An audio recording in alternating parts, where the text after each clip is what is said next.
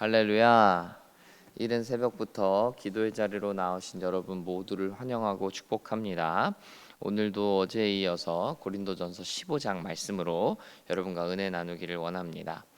저는 오늘 본문이 고린도전서 15장에서 가장 핵심되는 본문이라고 생각합니다. 물론 내일 모레 본문에 나오는 이 몸의 부활도 중요한 사상을 담고 있지만 부활의 핵심 중에 핵심을 꼽자면 오늘 본문을 꼽게 될 것 같습니다. 그 이유는 부활이 진짜 우리의 삶에 어떤 의미를 주는지, 부활이 우리에게 어떤 유익을 주는지를 알려주기 때문입니다. 부활을 믿는 것은 우리가 바보라서 믿는 게 아닙니다. 부활을 믿는 삶은 우리에게 정말로 유익합니다. 오늘 본문을 통해서 부활을 믿는 삶은 어떤 삶인지를 알게 되고 그 유익을 누리게 되는 저와 여러분 되기를 간절히 소망합니다.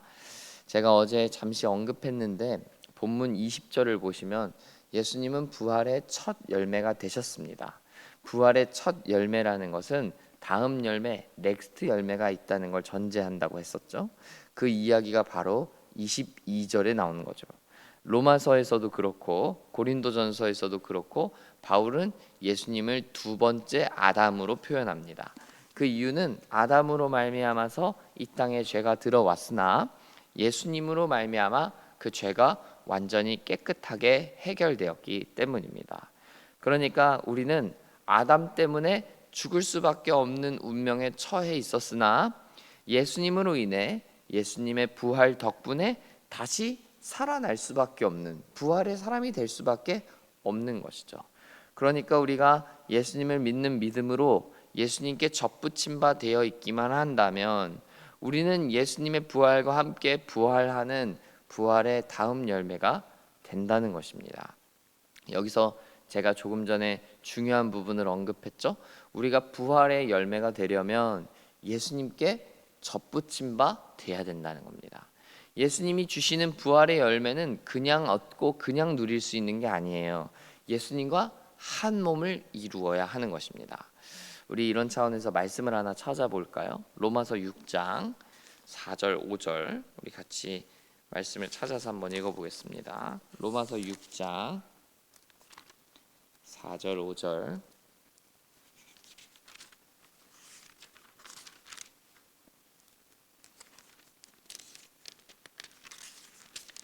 6장 4절 5절 조금 길지만 우리 한 목소리로 함께 읽어보겠습니다. 로마서 6장 4절 5절 시작.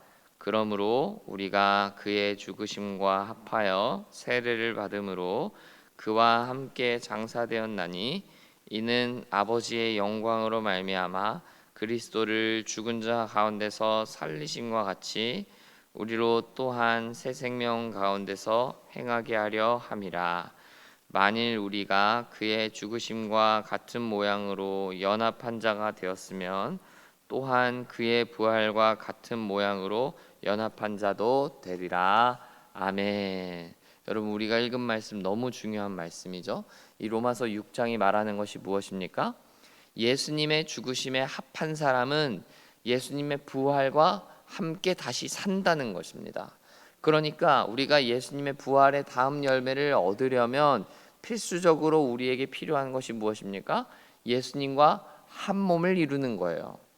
예수님과 한 몸을 이루지 않으면 우리에게 부활은 없는 것입니다. 그렇다면 예수님과 한 몸을 이룬다는 것은 무엇을 의미합니까? 가장 중요한 건 예수님과 함께 십자가에 죽는 것입니다. 즉 예수님께 나의 삶을 통째로 내어드리는 거예요. 나의 생명마저도 예수님께 드리게 되는 것을 의미합니다. 예수님처럼 살고 예수님처럼 생각하고 예수님의 뜻과 계획을 내 마음에 품게 되는 것, 내 뜻과 내 생각으로 사는 것이 아니라 오직 예수로만 사는 것, 예수님을 나의 구주로 고백하며 사는 것, 그런 인생을 의미하는 거예요. 사랑하는 여러분, 예수님과 연합한 삶으로 말미암아 부활을 이 땅에서 살아내는 여러분 되시기를 축복합니다. 오직 예수로 살고 오직 예수로 죽는 여러분 되시기를 축복합니다. 그래야만 우리에게 부활의 열매가 영원한 생명이 허락된다는 걸 여러분 잊지 마시기 바랍니다. 오늘 본문 23절부터 28절까지는 부활의 날에 어떤 일이 벌어지는지를 묘사하고 있어요. 이 본문에서 가장 중요한 점은 23절에 나오는 부활의 순서가 아니에요. 제일 중요한 건 부활의 때가 하나님께서 만물을 복종시키는 날이다라는 가르침입니다. 그 본문이 25절에 나오는 거죠. 오늘날 우리가 살아가는 삶을 신학자들은 이렇게 표현해요.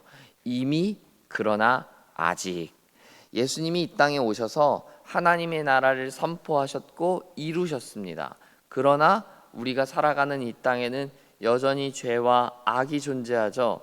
이 땅에는 여전히 고통과 슬픔, 아픔이 존재합니다. 그래서 우리는 이런 질문을 갖게 되는 거예요. 아니, 예수님이 오셨는데, 예수님이 모든 사망 권세를 이기셨는데, 하나님의 나라가 이 땅에 왔다고 하셨는데 왜 우리는 여전히 고통당하는가? 왜 여전히 우리는 아픔 가운데 있는가? 그 질문에 오늘 본문이 답변하는 거죠. 주님의 나라는 이미 왔으나 아직 오지 않았다. 그럼 언제 온다? 주님이 다시 오시는 그날, 주님의 재림의 날에 완성된다. 그리고 그날이 바로 부활의 날이다. 오늘 본문이 가르쳐 주는 것입니다. 주님이 다시 오시는 날, 강림의 때, 종말의 때에는 의인들의 눈물을 닦아주시고 하나님께서 악인들과 죄와 사망의 권세를 심판하실 것이다. 멸망시키실 것이다. 왜냐하면 예수님이 모든 만물을 하나님의 발 아래에 복종시키실 것이기 때문입니다. 하나님이 온 세상의 통치자로 왕으로서 임재하실 것이기 때문입니다. 그래서 부활의 날, 곧 종말의 날은 우리 크리스찬들이 기다리는 날이 되는 거예요. 크리스찬들은 다른 걸 기다리는 게 아닙니다. 주님이 다시 오실 그때를 기다리는 거예요. 왜요? 그때가 우리에게는 눈물을 닦을 수 있는 기회이기 때문입니다. 우리가 고통 가운데 있고 고난 가운데 있을 수밖에 없는 이 세상이지만, 그런 안타까운 현실 가운데 놓여 있지만, 주님이 그 종말의 날에, 다시 오시는 그 날에 우리의 삶에 완전히 새로운 반전을 일으켜 주실 것을 우리 크리스찬들은 믿기 때문입니다. 우리는 이 땅에서 유한한 삶, 아픔 많은 삶을 살 수밖에 없지만, 주님이 다시 오심으로 말미암아 우리의 삶은 고통과 고난이 없는 영원한 생명의 나라로 들어가게 될 것이기 때문입니다. 저는 여기서 부활을 믿는 유익은 바로 소망이다라는 것을 알게 됩니다. 부활의 날이 있음을 믿는다는 것은요, 지금 내가 갖고 있는 고통과 고난의 시간이 영원하지 않다. 이 고통과 고난에도 끝이 있고 죽음 뒤에 생명이 기다리고 있고 고통 뒤에 기쁨이 기다리고 있다는 것을 알 수 있는 것이기 때문입니다. 즉 소망을 갖게 된다는 것이죠. 반면에 여러분, 예수님을 믿지 않고 부활의 날, 종말의 때를 믿지 않는 사람은 소망을 가지고 싶어도 가질 수가 없습니다. 부활 소망이 없으니 죽는 것이 두려운 거예요. 그렇죠? 부활 소망이 없으면 죽는 게 늘 두려워요. 그리고 삶에 늘 미련을 둘 수밖에 없어요. 어떻게 하면 더 가질 수 있을까? 어떻게 하면 이거 놓치지 않을 수 있을까? 그것밖에 생각이 없는 거예요. 여러분, 다음의 인생을 여러분 그 불교처럼 뭐 윤회 사상을 얘기하는 건 아니지만 뽑기를 한다고 여러분 생각해 보자고요. 우리 다음 인생을 뽑기를 하는데 좋은 게 나올지 나쁜 게 나올지 몰라요. 그러면 여러분 도박과 같은 인생이 되는 거 아닙니까? 뽑기를 하는 인생이 두렵지 않겠어요? 그러나 여러분, 예수님을 믿는 것, 예수님의 부활을 믿는 건 참 좋은 거예요. 왜요? 우리도 똑같이 뽑기 하는데 우리는 이미 좋은 걸 뽑을 걸 알고 뽑기 하는 거예요. 그러니까 평안한 마음으로 뽑을 수 있어요. 안전한 마음으로 뽑을 수 있어요. 내 삶에는 부활이 기다리고 있기 때문에, 나는 내 뒤에 소망이 있음을 알고 있기 때문에, 그래서 부활은 소망이라는 거예요. 우리는 도박 같은 뽑기를 절대 하지 않아요. 우리는 이미 이겨놓고 싸우는 전쟁을 하는 사람들인 거예요. 이미 우리에게 부활이 예정돼 있고 최고의 생명이 우리에게 예정되어 있어요. 우리는 믿기만 하면, 받아들이기만 하면 영원한 생명이, 소망이 우리를 기다리고 있어요. 그러니까 크리스찬들은 낙심하지 않는 거예요. 어떤 상황에도 좌절하지 않는 거예요. 주님이 우리의 소망 되시기 때문입니다. 그 놀라운 소망이 여러분 가운데 임하게 되기를 축복합니다. 부활을 믿는 것은 좋은 겁니다. 그래서 부활을 믿는 사람은 언제나 어떤 상황이나 소망을 품을 수 있는 것입니다. 그 놀라운 소망을 경험하는 여러분의 삶이 되시기를 간절히 축복합니다. 여기서 끝이 아니에요. 부활의 유익은 우리의 이 땅의 삶, 오늘의 삶도 새롭게 합니다. 본문 32절은 이렇게 말하죠. 죽은 자가 다시 살아나지 못하면 내일 죽을 터이니 먹고 마시자 하리라, 이렇게 얘기합니다. 사실 바울이 부활에 대해 가르치고 있는 이유도 바로 이 때문이에요. 본문 12절에서 부활이 없다고 가르치고 주장하던 이들이 잘못된 가르침으로 성도들을 안내했기 때문입니다. 여기서 잘못된 가르침이란 결국 인생을 불성실하게, 인생을 방탕하게 살게 만드는 가르침이었다는 거예요. 이런 겁니다. 인생이 한 번뿐인데 네 마음대로 살아. 부활 같은 게 어딨어? 천국 같은 게 어딨어? 야, 너 천국 없으면 어떡할 거야? 부활 없으면 어떻게 할 거야? 후회된다 너? 지금 이 땅에 미련 생길걸? 그냥 살아. 한 번뿐인 인생 후회 없이 살아. 네가 하고 싶은 거 하고 먹고 싶은 건 먹고 네가 살고 싶은 대로 살아봐. 즐겨. 인생 한 번뿐이야. 여러분, 이런 가르침 익숙하지 않습니까? 오늘날 우리의 사회에도 있어요. 욜로라고 하죠. You only live once. 너 한 번뿐인 인생 즐기고 살아. 하고 싶은 대로 살아. 휴가 가고 먹고 싶은 대로 먹고 놀고 싶은 대로 놀아. 하루가 멀다고 하고 먹고 즐기라고 가르치는 사람들. 이 땅에서의 삶이 한 번뿐이라며 자신의 마음대로 살라고 가르치는 사람들. 이게 다 부활을 모르고 믿지 않기 때문이에요. 여러분, 소망이 없으면 어떤 일이 벌어지는지 아십니까? 무기력해요. 소망이 없으면 허무해요. 그래서 그 허무를 다른 데 풀고 싶어요. 호캉스 가면 풀릴까? 이거 하면 풀릴까? 이거 가지면 풀릴까? 이거 소유해 볼까?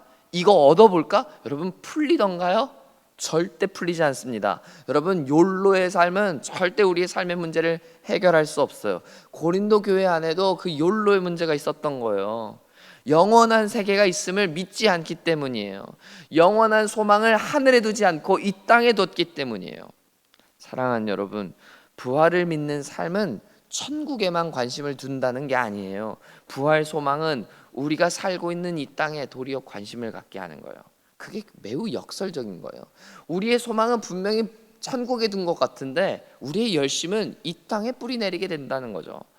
이 땅에서의 삶을 더욱 성실하게 의미 있게 살아내게 만든다는 거예요. 왜냐하면 우리는 이 땅에서의 삶이 전부가 아님을 믿기 때문이에요. 그러니 이 땅에서의 삶을 끝처럼 살아가는 게 아니라 이게 전부라고 생각하고 사는 게 아니라 우리를 기다리고 있는 저 천국에 합당하게 살기를 힘쓰게 된다는 것이죠.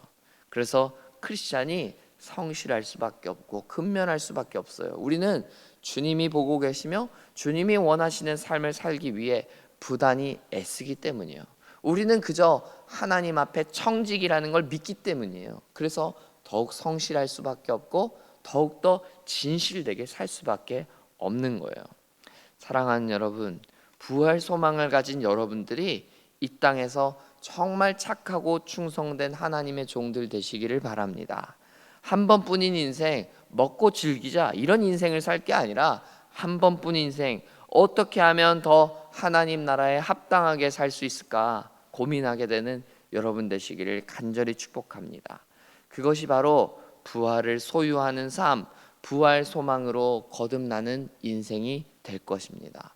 부활을 진심으로 믿는다면 영원한 소망, 영원한 생명이 우리의 삶에 허락되었음을 믿는다면 이 삶을 어떻게 살 것인가 이제 우리가 고민해야 됩니다. 우리가 두 발 뻗고 두 발 붙이고 살아가고 있는 이 지구에서의 시간을 어떻게 보낼 것인가, 어떤 삶을 살아낼 것인가, 어떤 삶이 하나님이 기뻐하시고 하나님 나라 백성다운 삶인 것인가 고민하게 되는 우리 될 줄 믿습니다. 여러분, 오늘 하루 어떻게 사시겠습니까? 어떤 삶을 살기를 원하십니까? 부활 소망에 합당한 인생을 사는 여러분 되시기를 간절히 축복합니다. 하나님 나라 천국 백성다운 여러분 되시기를 축복합니다. 그런 인생이야말로 참으로 부활 생명을 살아내는 것이요, 부활을 여러분 삶 가운데 살아낼 뿐만 아니라 부활이 주시는 유익을 누리는 삶이 될 것입니다. 그 놀라운 좋은 것들이 여러분 삶에 충만한 하루, 앞으로 여러분의 평생 되시기를 간절히 축복합니다. 함께 기도하겠습니다. 하나님 아버지, 유한한 인생을 살고 한계 많은 인생을 우리가 살지만 우리에게는 예수님이 주신 영원한 생명, 부활 생명이 있음을 믿습니다.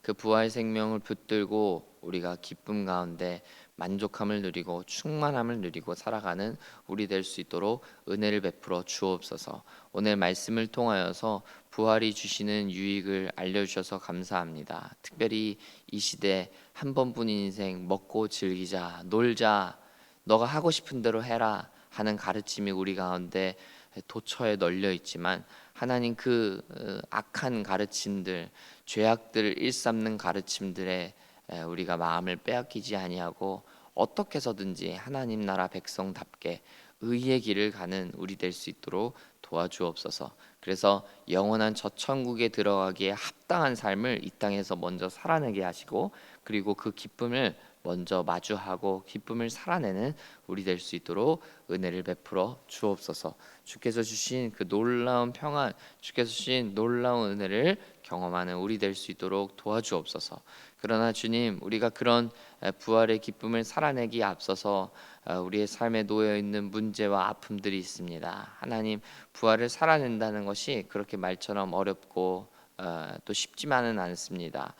우리의 삶이 여전히 이미 왔으나 아직 완성되지 않은 그 하나님 나라에 살기 때문인 줄 압니다. 오늘 말씀을 통하여서 여전히도 만물 가운데 사망 권세가 다스리고 있다는 것을 알게 하셨고 또 우리가 정말 마지막 때 종말의 때 부활의 때 주께서 오셔서 만물을 하나님 아래에 복종시키실 것을 또한 알게 하시고 소망을 품게 하셔서 감사합니다. 하나님 그 말씀 붙들고 우리의 왕이 누구신가, 영원한 이 땅의 나라의 왕은 누구신가를 알게 되고 또 믿게 되는 우리 되어서 끝까지 세상에 복종하는 것이 아니라 하나님께 복종하고 하나님 말씀에 순복하게 되는 우리가 될 수 있도록 은혜를 더하여 주옵소서. 우리에게 주신 놀라운 은혜를 사모하며 예수님의 이름으로 기도합니다. 아멘.